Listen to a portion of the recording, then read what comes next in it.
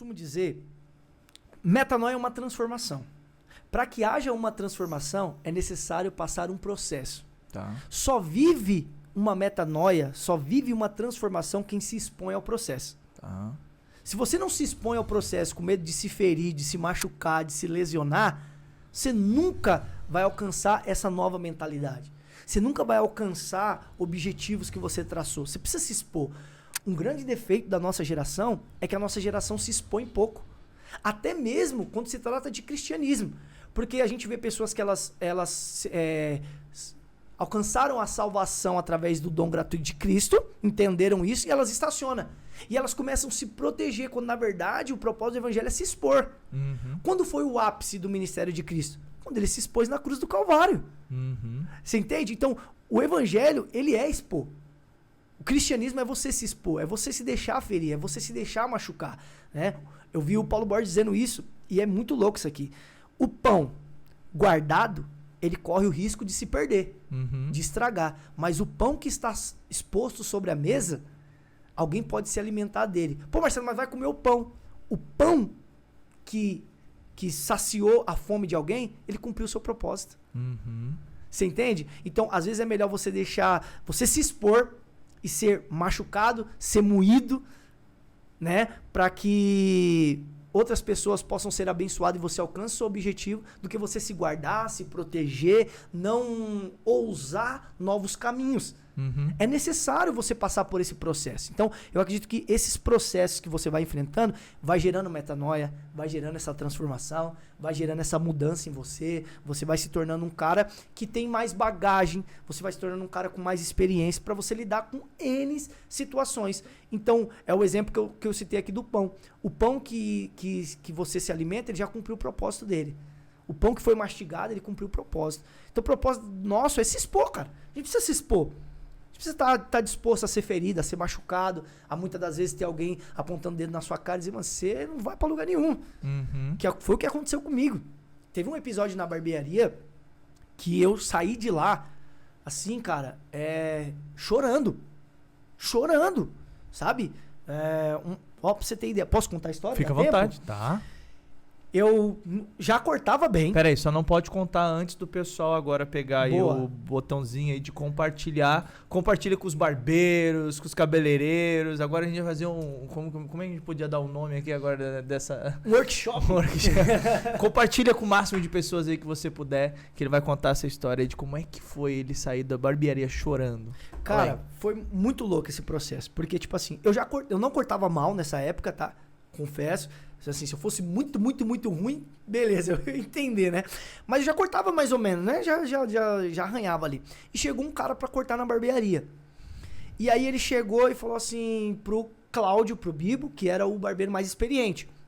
Falou, dá pra você cortar meu cabelo? Aí o Bibo falou, não dá, porque eu tenho esse aqui, tenho mais 2, 3 aqui e já vou fechar. Mas tem um menino que trabalha aqui comigo, se você quiser cortar com ele, você pode cortar com ele. E aí eu lembro que ele olhou pra mim, cara, e ele falou assim, mas o seu corte presta? Eita, poxa. Ali eu já fui intimidado, né? Aí eu falei, ó, cara, até que eu corto bem, tem uma galera que volta assim, né? Mas eu não posso falar pra você assim, eu bem tímido na época, né? Falei, mas aí só você cortando pro senhor ver, ainda levei num tom de brincadeira, mas ele bem ríspido assim, sabe? Bem ignorantão, né? Eu brinquei mesmo assim, ele não sorriu. Aí ele falou, ah, então corta aí. Aí eu peguei, sentei ele na cadeira, coloquei a capa, e eu falei assim, como que o senhor costuma cortar? Ele olhou pra mim, diante de Deus. Ele olhou pra mim e falou assim, você quer que eu te ensine a cortar cabelo? Eita, poxa. Você quer saber como é que corta? Ele falou bem assim, você quer saber como é que O irmão corta? tava na unção do ranço, né? Você pega a maquininha e você passa, é assim que corta. Ele falou assim. Bem assim. Pega a maquininha e passa. Mesmo assim eu levei no tom de brincadeira. Deu uma risadinha e tal, bem sem graça, né? Diga-se de passagem, como fala o craque Neto. Bem sem graça e falei assim, não, o senhor não tá entendendo. Eu quero saber qual é o número de máquina que o senhor passa, se é a máquina 1, se é o pente 2, né? Só pra mim ter uma base do seu corte. Não, mais ou menos. Eu falei, eu posso passar 2? Aí ele, pode ser. A 2, como ele era um cara já mais de idade, eu passei a máquina 2 porque eu falei, não vai ficar nem tão baixo nem tão alto. Passei, cara, cortei o cabelo desse cara todinho, já suando frio. Quando terminou, fui mostrar no espelho pra ele, ele chegou bem perto do espelho assim e falou, você cortou meu cabelo? Falei, cortei. Aí ele falou assim, não, mas tá uma porcaria. Caramba. Ele falou, tá horrível. Olha isso aqui. Olha o tamanho do meu cabelo aqui na lateral. Você não cortou nada. Se for vai me pagar pra fazer isso daqui, eu corto em casa. Cara, barbearia com 2, 3 pessoas dentro, fora o barbeiro. Aí meu olho já começou a encher de Ainda bem que os 10 não tava lá, que ficava na fila, né? Já pensou se os 10 estivessem lá? Boa. Eu acho que se os 10 tivessem, eu acho que ele não saía dali sem tomar uma orelha, não. Os caras iam ficar meio bravos. Não, porque os caras que estavam lá já começou a ficar meio nervoso também, né? Dava sim, pra os caras ver. estavam ali, né? Ficou sem graça pela ignorância dele, né? E eu falei, não tem problema, senhor. Aí eu já comecei a ser um pouco mais, né? Dar mais ênfase na minha fala. Eu falei, não, senhor, calma. Se o senhor não gostou, não tem problema, eu vou passar uma máquina mais baixa. Fui lá e cortei o cabelo dele todinho de novo. Aí eu falei, e aí, tá bom agora? Ele falou, não, é melhor você não mexer mais não, que se mexer mais do que isso aqui, vai estragar e tal, não sei o quê. Eu não vou ter exatidão de certeza de quanto é, porque eu fiquei desnorteado. Mas eu lembro que na época o corte eu acho que era R$10. Ele pegou R$7. E ele falou, quanto que é o corte? Eu falei assim, é 10. Ele falou assim, ó, vou dar 7 pra você e tá de bom tamanho. Colocou R$7 na minha mão. Cara... Eu peguei assim, meu. Na hora que ele virou as costas, mano, eu comecei a chorar, mano.